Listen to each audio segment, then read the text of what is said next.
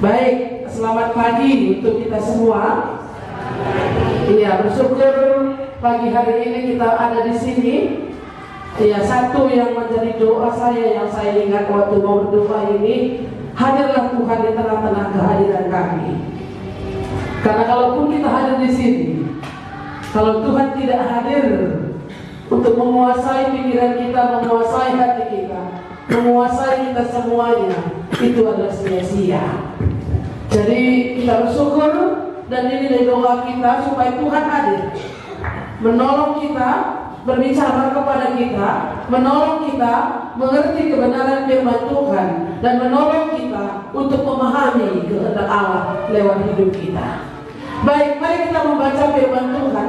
Kita lihat kertas kita dari Yohanes pasal yang ke-16, ayat yang ke-16 sampai dengan 33. Ini agak panjang, tapi kita coba nanti lihat seperti apa supaya tidak terlalu berharap waktu kita masih bisa ya.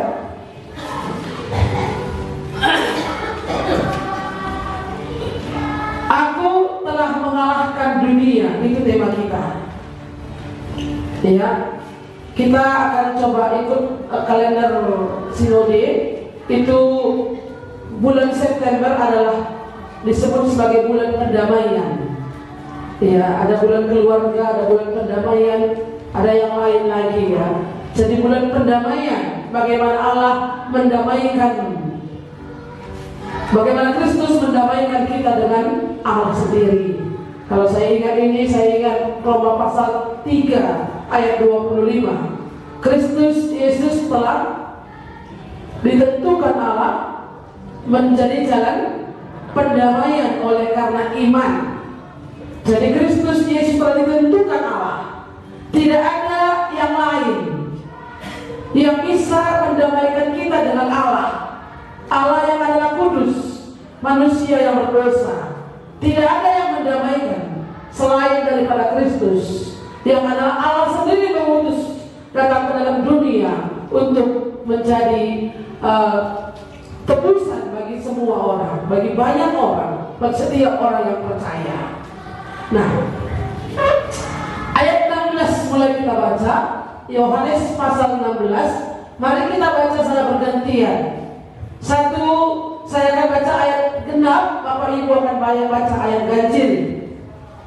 Tinggal sesaat saja dan kamu tidak melihat aku lagi, dan tinggal sesaat saja pula dan kamu akan melihat aku. Mendengar itu, beberapa dari muridnya berkata seorang kepada yang lain, apakah artinya yang dia katakan tinggal sesaat saja dan kamu tidak melihat aku, dan tinggal sesaat saja dan kamu akan melihat aku, dan aku pergi kepada Bapa. Maka kata mereka, apakah artinya? Ia berkata, tinggal sesaat saja. Kita tidak tahu apa maksudnya.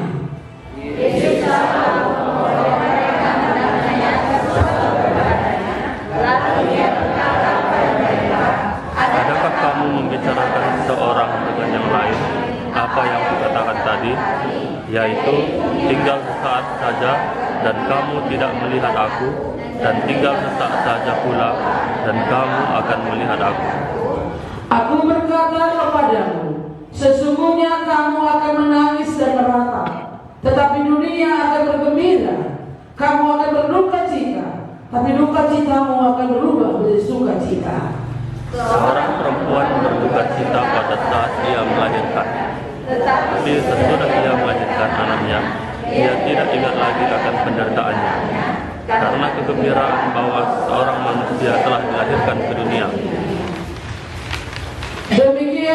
Demikianlah juga kamu sekarang diliputi duka cita, tetapi aku akan melihat kamu lagi dan hatimu akan bergembira, dan tidak ada seorang pun yang dapat merampas kegembiraan itu daripadamu.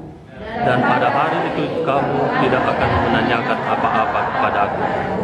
Aku berkata kepadamu, sesungguhnya segala sesuatu yang kamu minta kepada Bapa akan diberikan kepadamu dalam nama.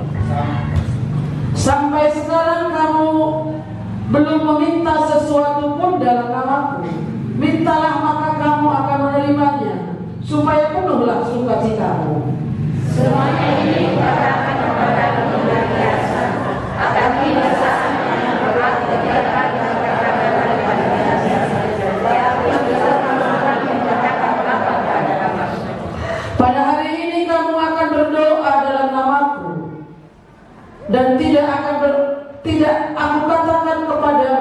aku meminta bagimu kepada Bapa.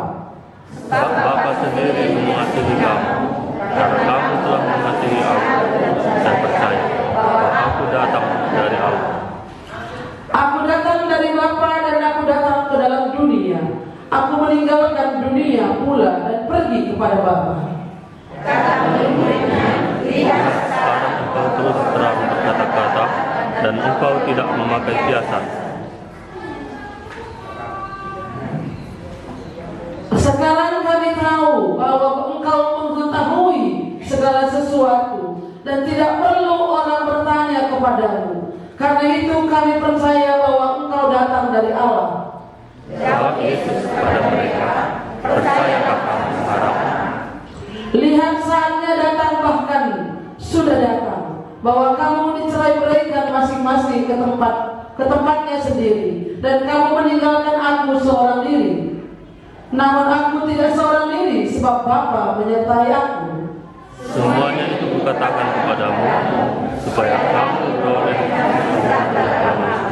dan dunia kamu tidak menyertai, tapi kuatkanlah hatimu, aku akan mengalahkan dunia. Ayat 33, mari kita baca bersama-sama. 1, 2, 3.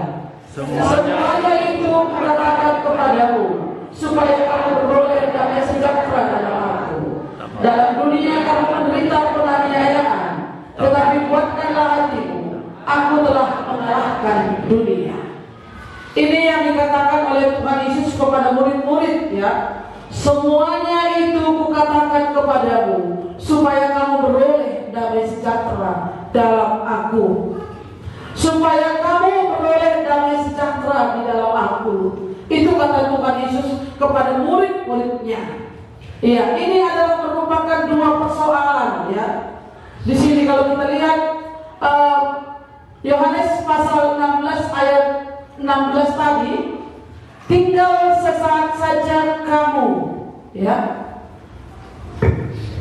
tidak melihat aku lagi, dan tinggal sesaat saja pula dan kamu akan melihat aku. Satu lagi coba kita bandingkan Yohanes 14 ayat 19, ya. Sedikit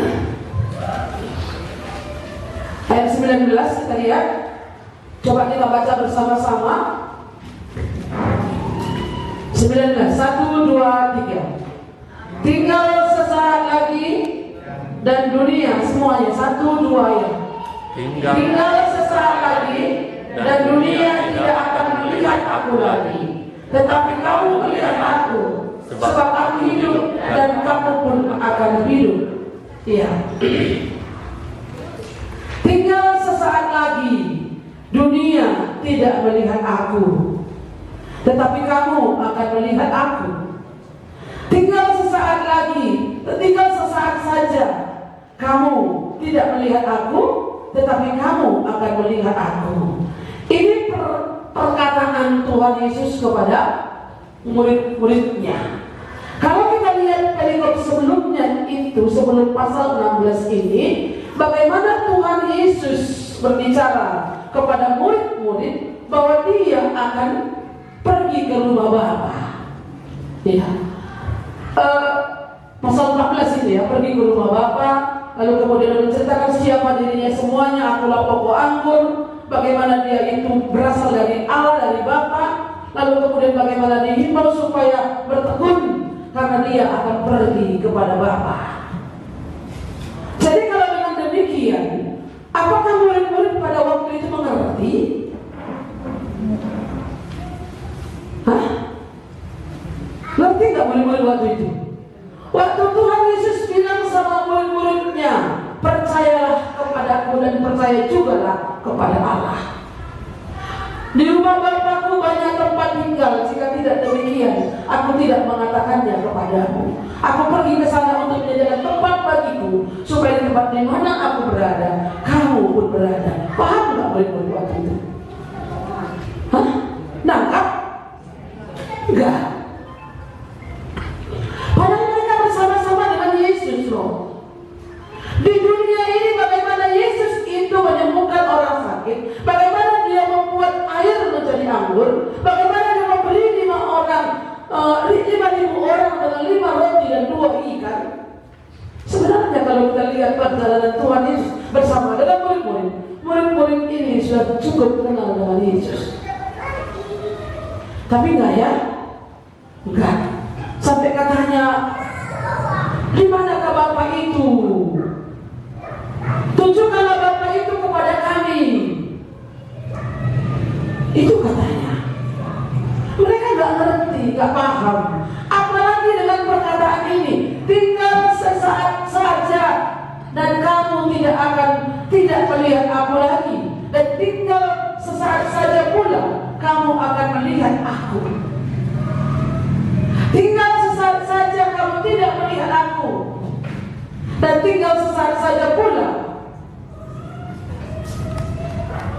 dan kamu akan melihat aku. Ini kan merupakan satu kalimat ya, perkataan yang sulit untuk dipahami. Tapi apa maksud Tuhan Yesus di sana? Cukup menarik ya untuk dibicarakan dalam hal ini. Jadi bagaimana Tuhan Yesus mengatakan ini kepada murid-muridnya? Murid-murid apa responnya? Itu juga coba kita lihat. Mendengar itu, beberapa dari muridnya apa katanya? Berkata seorang yang kepada yang lain, apakah artinya ini?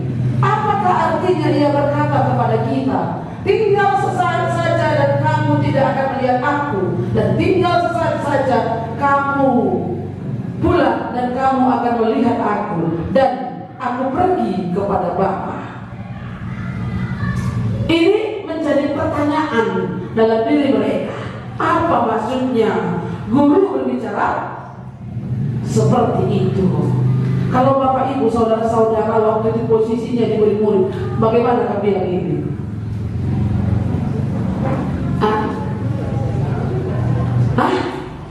Dia akan pergi dan dia akan datang lagi. Mungkin ya. Gimana apa maksudnya ini? Kan katanya bagaimana? Tinggal sesaat lagi kamu tidak melihat aku. Terus bagaimana orang? Apa kira-kira kalau pada posisi mereka waktu itu? Saya itu dia akan pergi dan dia akan datang lagi nanti. Oh iya, gitu ya. Iya, apakah karena kita memang sudah paham cerita ini, apa yang akan terjadi? Iya, aku pergi kepada Bapa. Maka kata mereka, apakah artinya?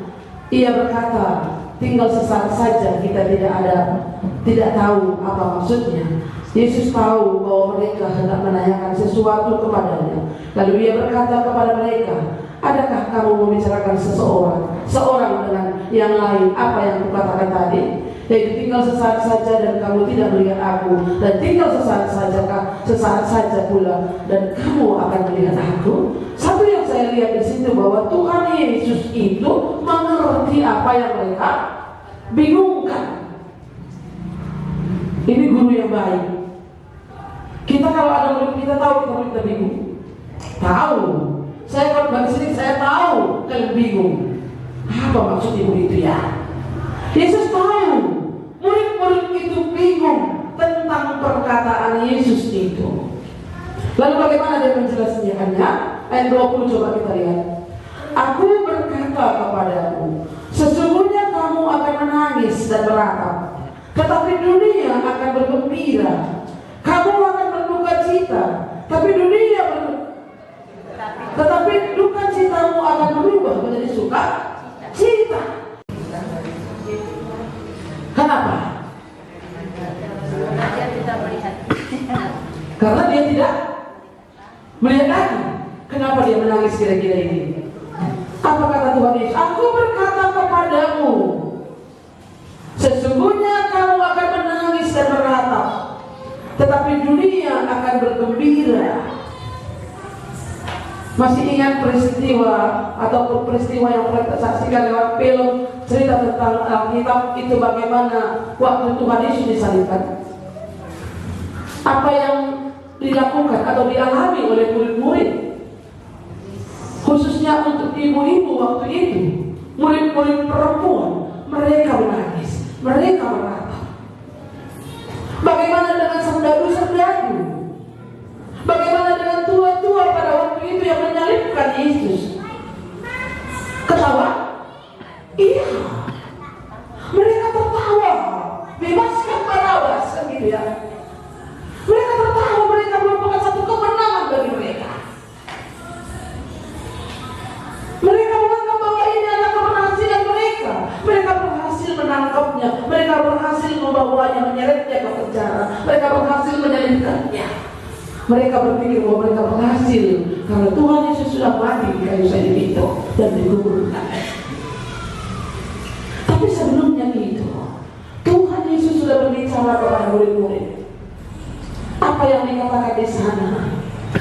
Aku berkata kepadamu, sesungguhnya kamu akan menangis dan berkata, tetapi dunia akan bergembira. Kamu akan berduka cita, tetapi dunia, duka citamu akan berubah menjadi sukacita.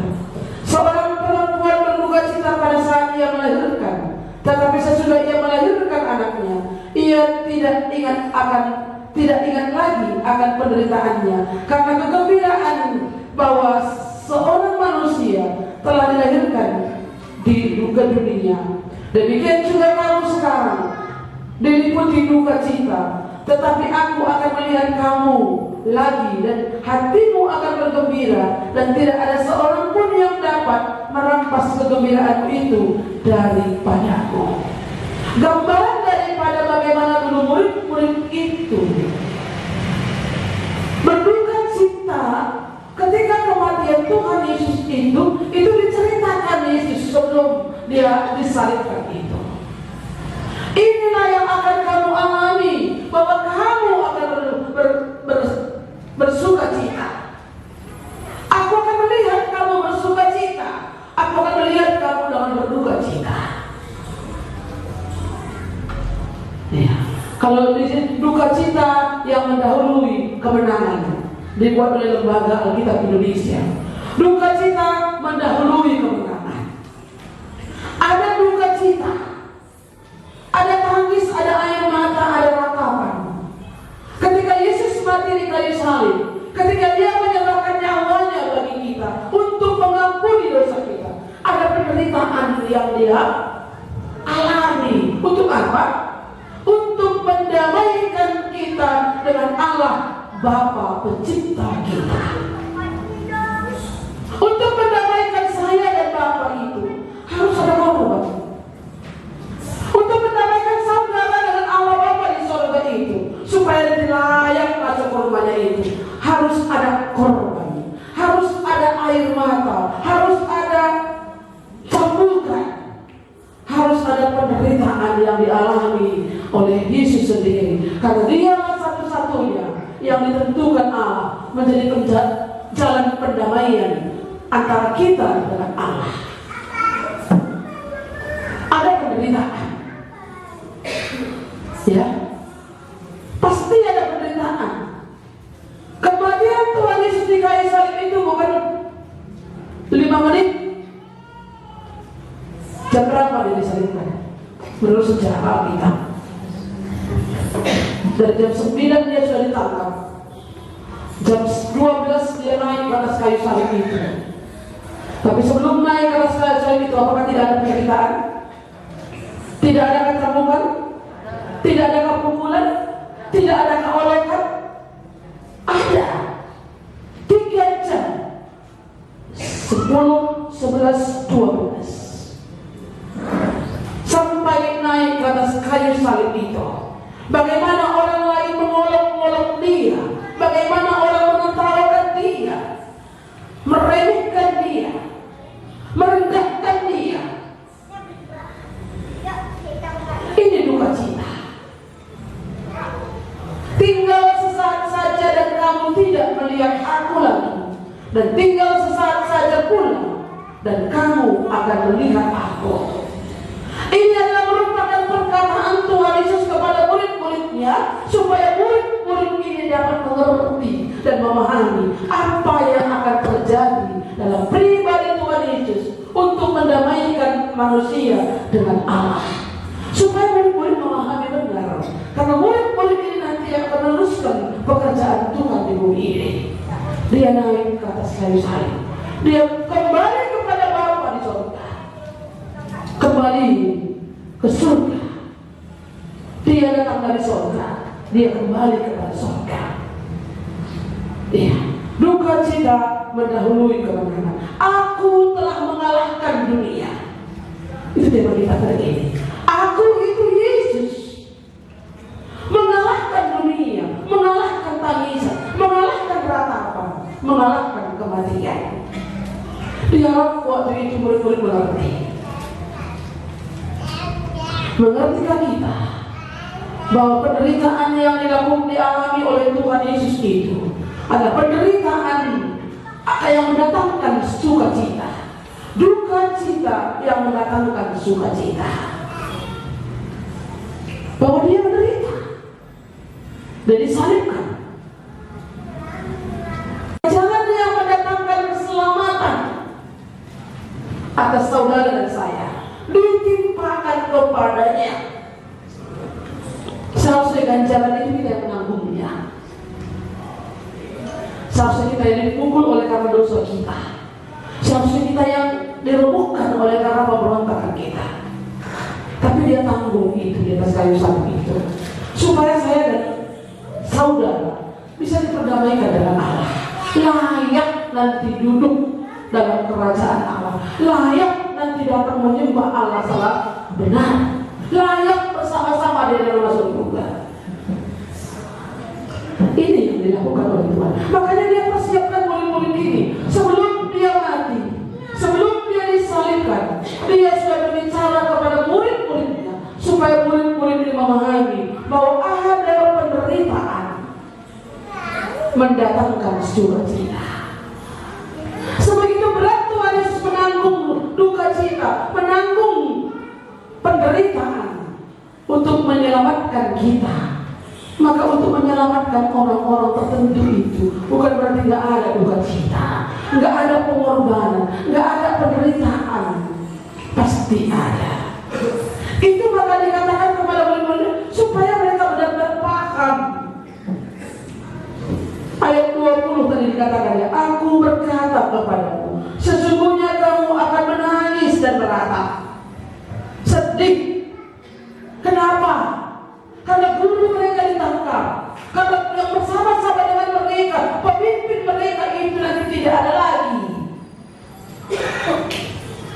Jangankan Tuhan ya, kita sendiri pun di bumi ini kalau ada orang yang kita idolakan ataupun pemimpin kita ataupun orang yang spesial bagi kita, kalau dia bilang kepada kita, aku akan pergi, kita pasti sedih. Jauh saja pun pergi, kita bisa sedih. Jangankan mati ya, tapi pergi ke luar negeri dalam waktu yang tidak tentukan, sedih merasa. Ini yang kita bilang. Bagaimana nanti ini? Itu saja. Itu menjadi pergumulan yang besar.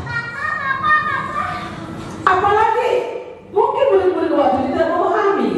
Tapi ketika melewati semuanya itu, maka saya pikir begini ya, lebih enak hidup di zaman ini.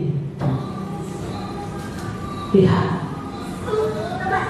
kita sudah melewati, kita sudah membaca, kita sudah mengerti. Beginilah penderitaan Tuhan Yesus dulu untuk menyelamatkan kita.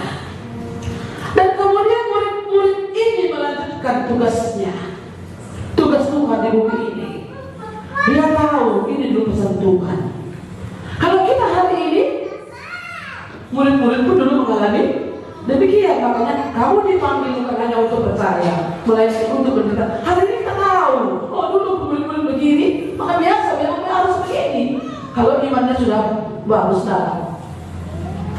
Tapi mereka ini bagaimana? Siapa mereka dari mereka coba? Siapa dari murid-murid? Contohnya siapa? Hah? Contohnya siapa bagi mereka? Gak ada. Begini kata Tuhan, mereka belum tahu contohnya. Tapi kalau ini kita dengar firman firman Tuhan. Kita baca Alkitab ini. Oh, begini dulu sejarahnya. Ceritanya bagaimana Allah menyelamatkan kita manusia ini, orang yang berdosa ini. Akhirnya kita mengerti hari ini apa yang dialami oleh murid-murid waktu itu. Tidak mungkin tidak kita alami hari ini. Ini membuat kita semakin paham, membuat kita semakin tekun untuk mengikut Tuhan, melayani Tuhan, hidup bersama dengan Dia. Karena kita sudah melihat contoh, ada gambarannya. Tapi mereka itu dulu enggak ya? Enggak ada. Tapi setelah makanya sulit bagi mereka, maka setelah Yesus mati, naik ke surga, barulah murid-murid ini gencar, kan begitu ya? Gencar murid-murid ini. Karena mereka melihat benar apa yang dulu dikatakan oleh Tuhan Yesus. Makanya sekali persiapkan mereka. Boleh contohnya ada apa? Seorang perempuan berduka cita pada saat dia melahirkan. Itu contohnya. Tetapi sesudah ia melahirkan anaknya, ia tidak ingat lagi akan penderitaannya, karena kegembiraan bahwa seorang manusia telah dilahirkan ke dunia. Melihat bayi yang lahir itu, kesakitan waktu ibu yang melahirkan itu tidak lagi diingatnya, karena dia semakin sukacitanya dengan apa yang dimilikinya itu. Murid-murid Tuhan Yesus mengalami hal yang sama. Sukacita itu dilihatnya, makanya dikatakan dari dia apa? Aku akan dan tinggal sesaat saja pula, dan kamu akan melihat aku. Artinya di sana bahwa ada waktunya bahwa Yesus tidak dilihat lagi oleh murid-muridnya karena mereka dia telah mati, dia telah dikuburkan. Tetapi murid-murid akan melihat lagi karena Yesus sudah bangkit dari antara orang mati. Bahkan akan ada sukacita yang besar ketika Roh Kudus diberikan kepada mereka. Betapa bergembiranya mereka, betapa giatnya mereka melayani Tuhan ketika mereka menerima Roh Kudus itu kepada mereka. Bagaimana Petrus melayani? Dia berani berkata, dia adalah batu yang telah dibuang oleh tukang-tukang bangunan itu, telah menjadi penjuru, telah menjadi batu penjuru. Yang dibuang oleh tukang-tukang bangunan itu kamu sendiri. Itu dikatakan kepada orang-orang Yahudi waktu itu. Berani dia. Itu karena sukacitanya. Yesus sudah datang ke dalam dunia. Yesus sudah mati di kayu salib dan sudah bangkit dari antara orang mati. Bagaimana dia melihat Yesus menyatakan diri kepada kedua muridnya itu sekaligus. Kecuali waktu itu siapa? Judas yang tidak ada lagi. Ada 11 murid itu bagaimana Yesus menyatakan dirinya. Dia bilang kepada Thomas, lihatlah tanganku, bekas lubang, bekas paku ini tanganku. Lihat dalam buku. Mereka sudah melihat itu betapa sukacitanya mereka ketika mereka melihat Tuhan sudah bangkit dari antara orang mati. Apa yang dikatakannya mereka dulu, apa yang dikatakan Tuhan Yesus itu dulu semuanya benar. Bapak Ibu yang dikasihi oleh Tuhan Yesus, duka cita mendahului kemenangan. Aku telah mengalahkan dunia kepada Yesus. Ini yang perlu kita pegang. Yesus sudah mengalahkan dunia ini. Mari kita lihat 1 Yohanes 5 ayat 4 sebentar. Saya rasa itu sih kelas waktu kita ya. 1 Yohanes 5 ayat 4 dan 5. Sebab semua yang lahir dari Allah mengalahkan dunia. Dan inilah kemenangan yang mengalahkan dunia, iman kita. Siapakah yang mengalahkan dunia selain daripada dia yang percaya bahwa Yesus adalah anak Allah? Tidak ada. Sebab semua yang lahir dari Allah mengalahkan dunia. Hal itu dikatakan oleh Tuhan Yesus kepada murid-murid supaya murid-murid memahami, menderita memang untuk ikut Tuhan, tapi ada kebahagiaan, ada sukacita yang tidak dapat digambarkan oleh dunia ini. Bapak Ibu saudara-saudara yang dikasihi Tuhan, ikut Tuhan Yesus ini menderita memang. Ada penderitaan yang harus kita lewati. Tapi ketika kita menerima Dia sebagai Tuhan dan Juru Selamat, ku dapat satu harta yang sangat mulia, Itulah Yesus. Ketika Roh Kudus tinggal di dalam kita, dalam sukacita yang melimpah. Apalagi nanti ketika kita berhadapan muka dengan muka, face to face, berhadapan dengan Tuhan di surga, menikmati rumah Bapa di surga dengan lantainya emas. Kayak mana coba dibayangkan? Indah? Pasti indah. Sukacita kita itu pasti akan melimpah. Sekarang saja kita melimpah sukacita kita. Ketika kita melayani, ketika kita memberitakan Injil, ada sukacita yang melimpah dalam hati kita ini. Ini belum face to face. Ya, belum. Tapi nanti itu, bagaimana kita sukacitanya? Tapi memang dalam perjalanan iman kita ini ada jatuh bangunnya. Tapi mari kita memandang kepada Salib Kristus.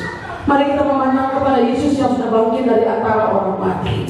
Bagaimana nanti bertemu dengan Dia di surga. Nanti suatu hari kesusahan berakhir dan air mata hilanglah.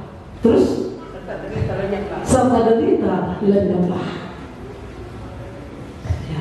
Ini lagu pujian. Derita lenyap. Hari ini kita memikirkan harga cabai naik, nggak turun-turun. Harga minyak goreng naik lagi ya. Ibu-ibu pada kewalahan untuk belanja. Saya kewalahan balik uang, bawa uang ke pajak 200.000. Habis. Nggak ada beli beras. Beli gas 1, minyak goreng 2 liter, sayur, ikan pun nggak beli. Cuma beli tempe. Habis. Mumet. Penting hari ini membagi-bagi uang belanja ini. Ya. Tapi nanti di surga itu, supaya kita nggak penting loh ini di bumi ini sementara memang seperti ini. Anak berkatakan, Mama, penting, penting. Anak nggak bisa dididik, mumet. Uang sekolah banyak. Bayangkan surga tadi. Nanti suatu hari kelak, bernyanyilah. Kesusahan berakhir, kan gitu ya.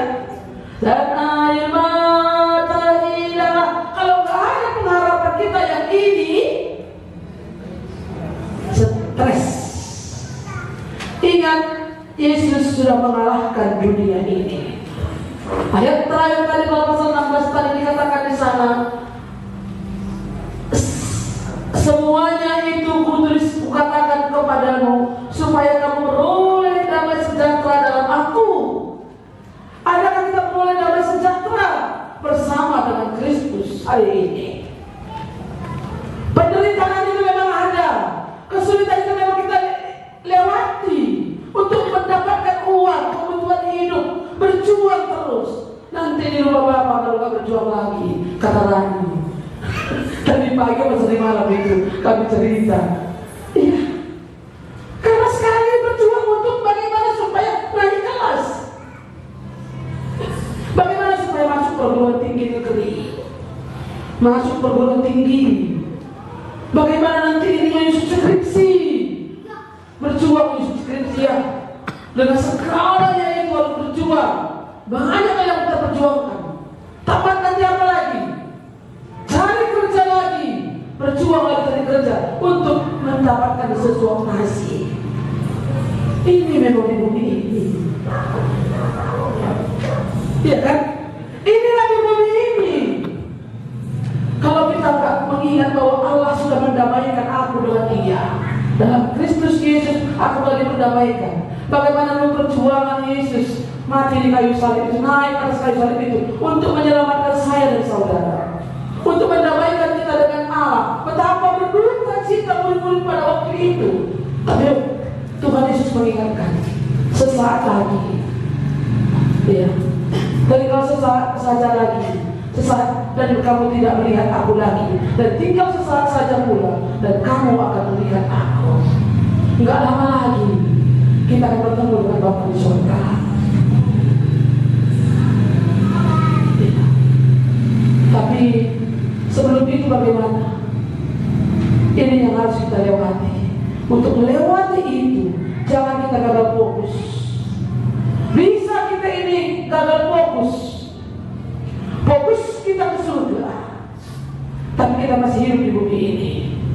tapi bisa kita diputar-putar oleh dunia ini, diputar-putar dengan pekerjaan kita, diputar-putar dengan penyakit kita, diputar-putar dengan masa depan, dengan keinginan kita. Nggak salah semuanya itu. Cari uang nggak salah, tapi jangan gagal fokus. Gara-gara cari uang, gara-gara ngurusi orang lain, kita tidak lagi punya hubungan yang baik dengan Tuhan. Ibadah kita pun sudah kita potong. Persekutuan kita dengan Tuhan sudah kita sunat. Nggak lewat kita ya. Saya diingatkan ke satu gereja, salah satu gereja di Jakarta, itu namanya Persekutuan Oikomine, yang dipimpin oleh Pak apa itu Pak? Siapa namanya? Ibu kalau istrinya, suaminya Pak Nuruko itu.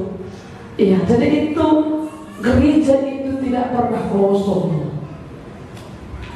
Persekutuan doa ada di gereja, komisi ibu ada di gereja, komisi pemuda ada di gereja. Bagaimana mereka bukan orang gak sibuk, mereka orang sibuk, tapi mereka tidak gagal fokus kalau mereka tahu bagaimana mereka sudah diamaikan oleh Tuhan. Mereka memberi waktu mereka untuk bersekutu dengan Tuhan. Kalau minggu yang lalu kita masih belajar tentang gereja ya, bagaimana tanggung jawab gereja itu salah satu bersekutu, punya persekutuan dengan Tuhan. Iya, Tuhan Yesus mengingatkan murid-murid, sesaat lagi kamu, tinggal sesaat saja lagi kamu tidak melihat aku, dan tinggal saat saja pula dan kamu akan melihat aku. Artinya di sana apa? Yesus pasti akan mati, menderita mati, dan untuk menyelamatkan mereka, tapi dia akan bangkit. Maka jangan berduka cita terus, ingat akan hal itu. Bapak Ibu, ada kemenangan yang Tuhan sudah berikan. Jaminannya apa? Yesus sudah bangkit dari antara orang mati. Dia menang mengalahkan maut, dia menang mengalahkan penderitaan. Kenapa kita nggak menang mengalahkan penderitaan ini, mengalahkan maut, mengalahkan situasi dunia ini, mengalahkan dunia ini, menang dunia ini oleh karena kita diputar-putar oleh dunia ini, sehingga sedikit kali waktu pikiran kita untuk yang kekal itu.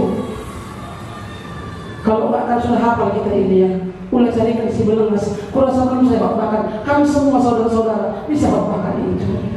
Mati mana ulah carikan si belengas, udah tahu kok semuanya itu.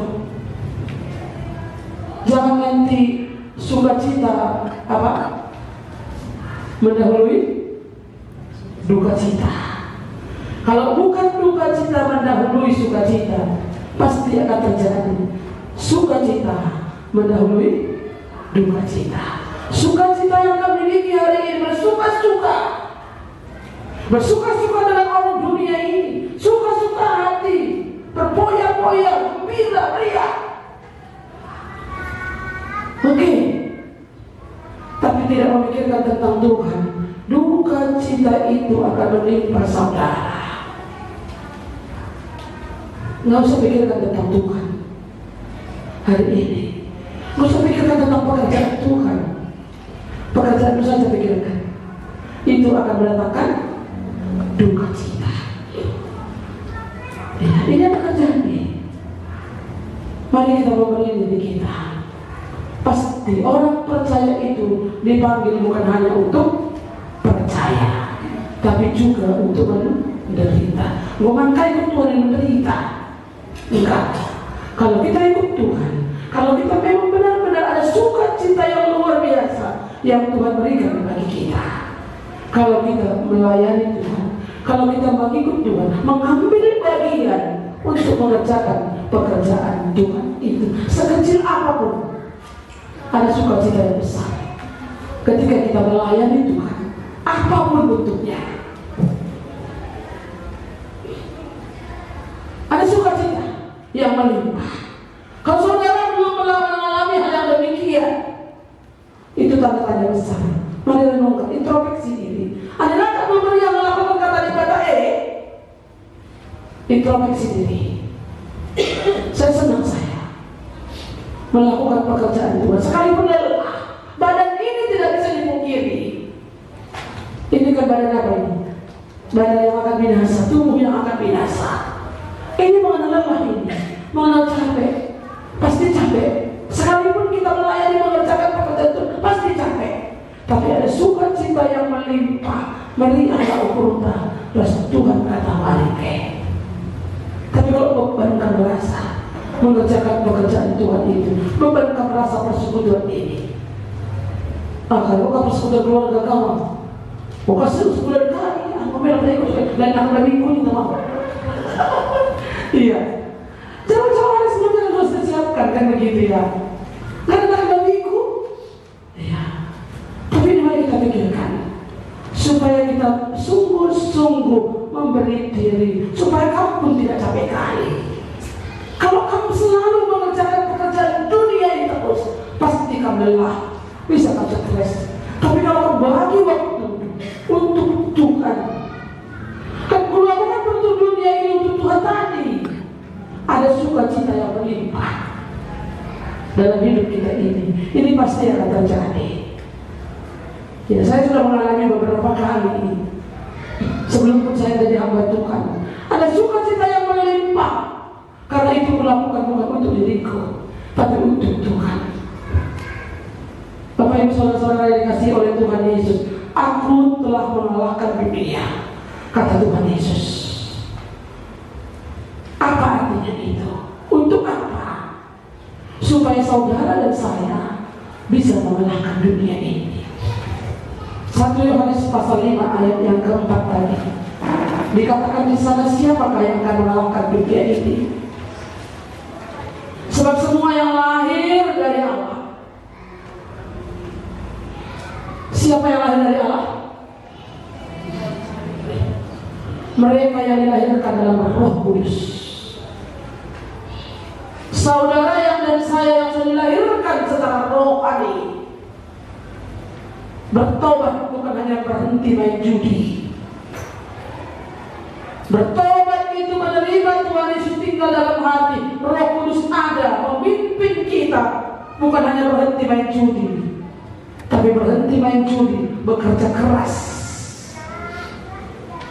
supaya kalau ada orang yang kekurangan, kita bisa berbagi kasih. Itu kata Alkitab. Aku mau ngambil judi, gue bertobat, aku bukan hanya seperti itu, tapi menerima Yesus sebagai Tuhan dan Juru Selamat, melayani Tuhan. Itulah bertobat.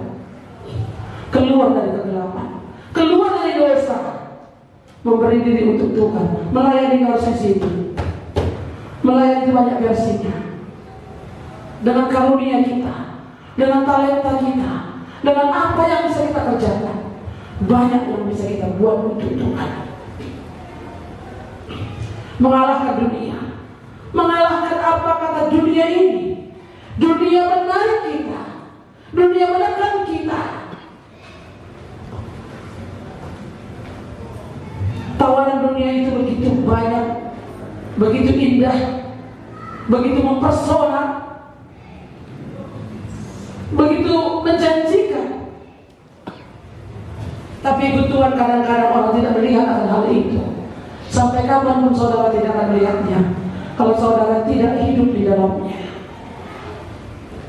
Makanya mari Bapak Ibu saudara-saudara, kalau Yesus memberikan gambaran kepada kita, contoh, aku telah mengalahkan dunia ini, Ia berharap bahwa orang murid-muridnya juga bisa mengalahkan dunia ini. Itu tadi dikatakan ayat yang terakhir pasal 16 itu tadi. Di sana dikatakan, semuanya itu kukatakan kepadamu supaya kamu beroleh damai sejahtera dalam aku. Dalam dunia kamu menderita penganiayaan, tetapi kuatkanlah hatimu, aku telah mengalahkan dunia. Kembali Yohanes tuliskan itu dalam suratnya ya. Sebab semua yang lahir dari Allah mengalahkan dunia. Ditegaskan kembali. Siapakah yang mengalahkan dunia ini? Dengan segala kesombongannya, dengan segala kejelekannya, dengan segala kerusakannya. Siapakah yang mengalahkannya? Sebab semua yang lain dari Allah mengalahkan dunia. Dan inilah kemenangan yang mengalahkan dunia, iman kita. yang mengalahkan dunia ini. Oh, kalau beriman cuma gak bisa bu, tokoh yang kalah kita, tetekan nanti kita, Tuhan akan menggantikan itu dengan cara Tuhan sendiri. Ya. Kalau di dunia kepercayaan ini nggak bisa kita menang dari situ. Selalu kita akan terikut. Saya tidak mengerti. Apakah benar-benar bisa kita tidak kompromi dengan mereka? Ya, saudara sendiri yang akan memutuskan akan itu. Tapi iman kita bisa mengalahkan dunia ini. Alkitab mencatat. Sebab semua yang lain dari Allah mengalahkan dunia, dan inilah kemenangan yang mengalahkan dunia, iman kita. Iman kita kepada Yesus yang sanggup mengubahkan kita, yang sanggup menolong kita, yang sanggup memberikan hidup kekal kepada kita, yang sanggup memberi kita makan dan minum. Itu yang mengalahkan kita untuk tetap hidup benar di dalam Tuhan. Siapakah yang mengalahkan dunia selain daripada dia yang percaya bahwa Yesus adalah anak Allah? Dialah yang mengalahkan dunia ini. Makanya kalau saya kembali mengingat Matius pasal berapa 7 itu ya, sedikit sempitlah jalan menuju kebenaran. Ya, sempit. Artinya apa? Bukan berarti sedikit di dalamnya ya, tapi berarti betapa memang seharusnya kita itu mengikis apa yang tidak berkenan kepada Allah dalam hidup ini, supaya kita sungguh-sungguh masuk ke dalam kemuliaan-Nya itu. Allah menginginkan itu. Bapak Ibu saudara-saudara yang dikasihi oleh Tuhan, aku telah mengalahkan dunia, kata Tuhan Yesus. Ada sukacita yang melimpah, damai sejahtera yang melimpah itu hanya kalau kita hidup di dalam Dia. Dalam dunia kamu menderita penganiayaan, tapi kuatkanlah hatimu, aku telah mengalahkan dunia. Menderita kamu di antara orang-orang yang tidak percaya? Ya, pasti. Pangkat orang naik, pangkat orang nggak naik kalau kamu jujur.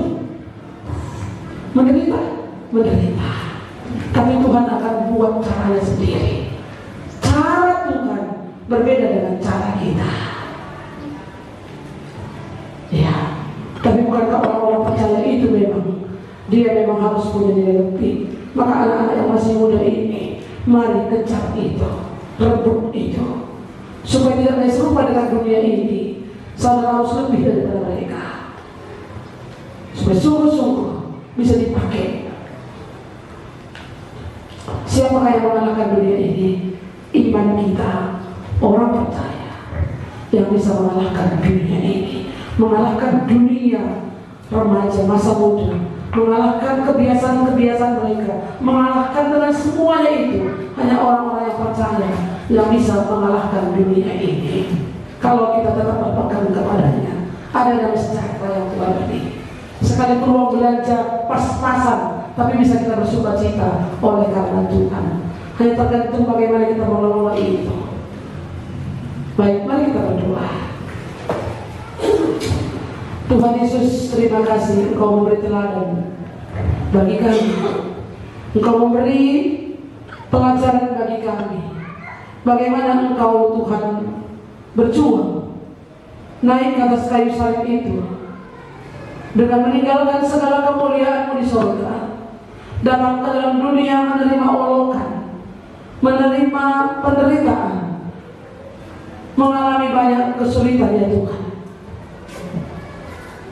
supaya dengan satu tujuan, supaya kami orang-orang berdosa bisa masuk ke surga, mendapatkan hidup yang kekal itu. Tuhan, terima kasih untuk karya-Mu yang Kau berikan kepada kami, untuk memenangkan kami, untuk menyelamatkan kami ya Tuhan. Penderitaan itu Kau alami, supaya satu saat Engkau akan melihat kami bersama-sama Engkau di surga. Dan itulah sukacita yang paling besar. Teladan itu Engkau berikan bagi kami supaya kami tidak takut hidup di dunia ini. Sekalipun hari ini kami masih di dunia ini Tuhan, yang penuh dengan kecemaran, yang penuh dengan tuntutan, yang penuh dengan kejahatan. Tuhan, supaya kami tidak takut hidup di bumi ini, karena kami punya Tuhan yang sudah memberikan kemenangan. Tuhan, Kau memberikan damai sejahtera bagi kami. Ada sukacita yang besar kami hidup di bumi ini, oleh karena Engkau ada bersama-sama dengan kami. Oleh karena kami hidup di dalam Engkau lah Tuhan, ada sukacita itu. Oleh sebab itu Tuhan Yesus, kami berdoa kepadamu, tolong kami melewati dunia ini Tuhan, sebelum Engkau memanggil kami. Berilah sukacita bagi kami, oleh karena Engkau ada di dalam kami. Berilah kami sukacita Tuhan, karena ada sesuatu yang paling berharga yang akan kami dapatkan. Terima kasih Tuhan untuk janji-Mu. Terima kasih Tuhan untuk firman-Mu. Kami bersyukur kami memiliki Allah seperti Engkau, Allah yang mau menderita untuk kami. Maka kami juga mau menderita Tuhan demi kerajaan-Mu. Berbicaralah kepada kami terus. Engkau yang menolong kami. Dalam nama Tuhan Yesus kami berdoa. Amin.